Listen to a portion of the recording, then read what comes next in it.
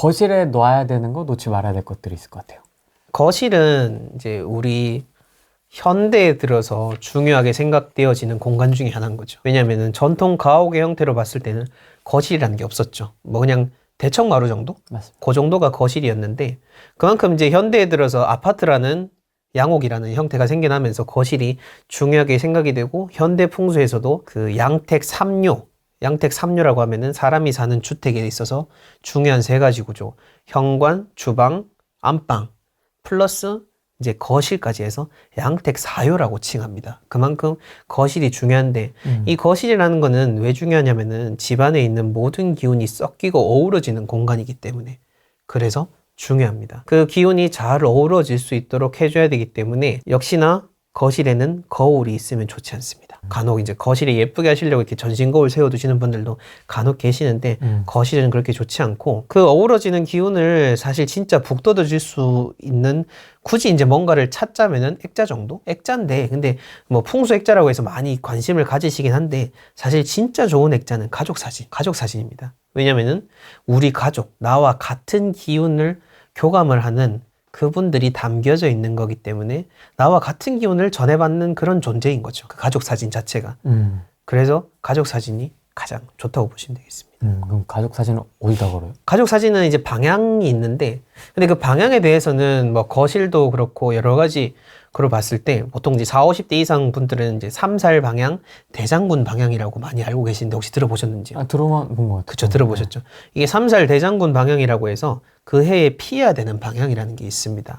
뭐 그거에 대한 원료를 찾자면은 사실 정확하게 나와 있는 그 원료는 없습니다. 원료는 없고 문헌도 제대로 남아있지 않지만은, 근데 그렇다 하더라도 그 풍수의 경험상으로는 상당히 진짜 중요합니다. 그리고 쉽게 생각해서 그 3살 방향, 대장군 방향은 절대 피해야 되는 자리다. 조금 더 쉽게 생각한다면은 3살 방향 대장군에는 어른이 앉아 계시기 때문에 그곳에는 근처에도 가면 안 된다. 거기에는 내가 앉으면 안 된다라고 생각을 하시면 되는 거고, 2023년 같은 경우에는 음력을 기준으로 했을 때 이 3살 대장군 방향은 음력으로 기준해야 됩니다.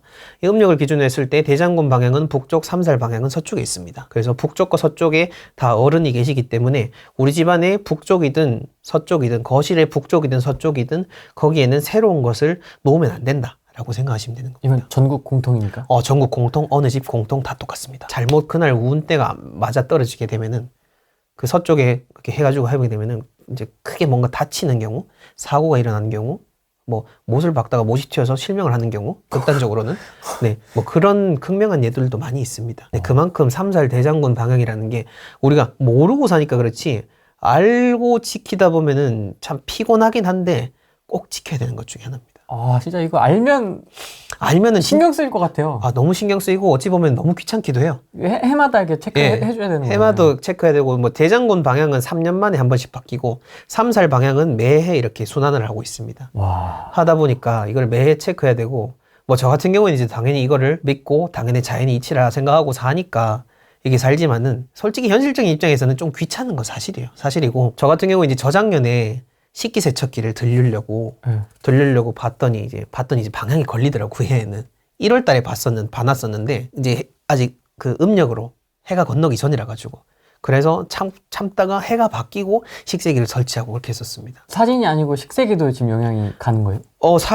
사진이라고 했을 때 이제 못을 박는 거, 그리고 큰 가구를 옮기는 거, 리모델링을 하는 거, 뭐 도배를 하는 거, 그쪽 방향에 어떤 뭔가 큰 집에 변화를 주는 요소는 다 동일하게 적용된다고 보시면 되겠습니다. 뭐 그 해에 갑자기 에어컨을 달아야겠다 이러면 벽을 뚫어야 되니까 그것도 당연히 안 되고요. 그럼 그 기준점은 어떻게 됩니까? 기준점? 그 기준점은 요즘 어플이 너무 잘 되어 있습니다. 집안에서 그 동서남북, 우리가 생각하는 그 동서남북 기준으로 판단하시면 되고, 그 중심점은 집안에서 중심을 찾아가지고 동서남북을 체크하시면 됩니다.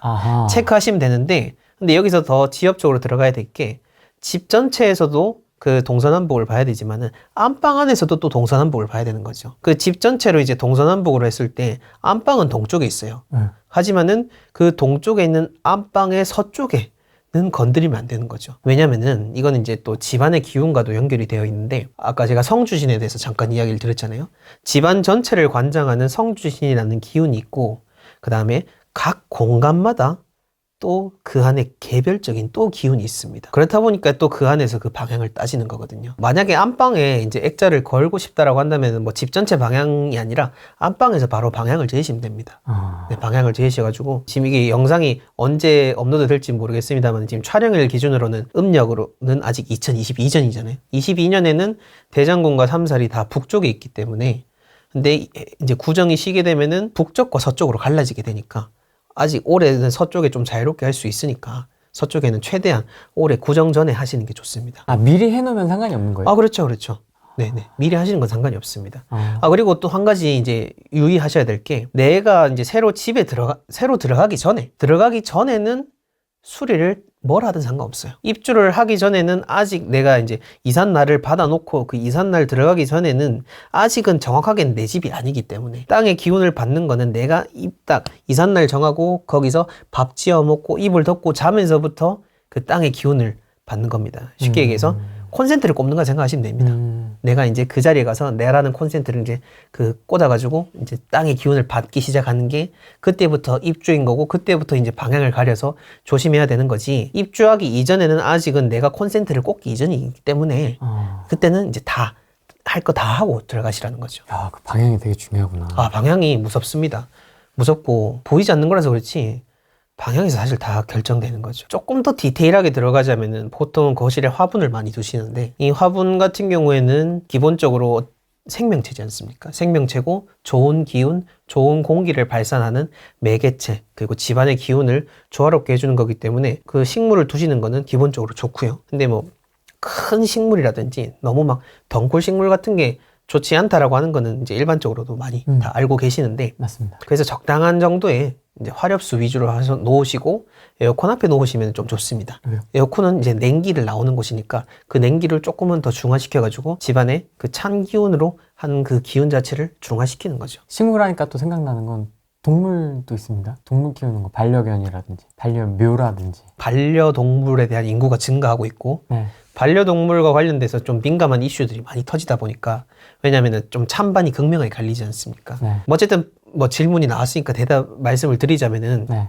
풍수의 원리로 봤을 때 땅의 기운을 받는 거는 우리 사람입니다. 사람의 기준으로 판단을 하는 건데 그 집안에서 사람이 기운을 받아야 되는데 만약에 개를 키우고 있다.